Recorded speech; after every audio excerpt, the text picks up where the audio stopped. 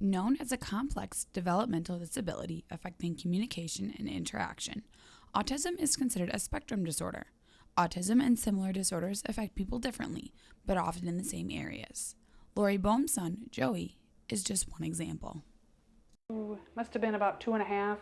I took him in on a Friday for a speech evaluation, and the speech therapist said, "I think he has autism."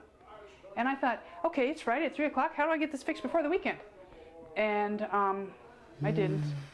But we actually got a diagnosis when he was about 3 or 3.5. He takes care of himself. He showers and shaves and all that by himself, but he can't stay home alone. We've never gone for a couple hours and just left him because we don't think it's safe.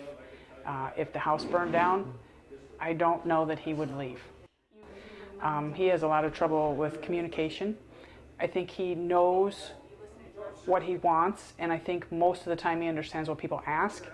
It's just that he has to process it, and I don't think he can always pull the words out of the word bank in his head to express what he thinks or what he needs or what he wants.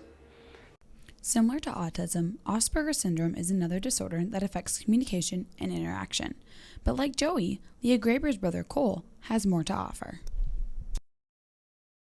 It works in different ways for different people, but in general it affects social skills. He struggles in things like English and humanities, and not really art, but in social sciences per se. He's brilliant at science and math, which is, the typical, stereotypical Asperger's syndrome. Joey's not autistic. Joey has autism. Joey has autism. He has autistic tendencies. He's a person first. As disorders like autism and Asperger's syndrome become more common in our society, the question isn't how can we teach them to fit in, but rather, how can we use their gifts and talents?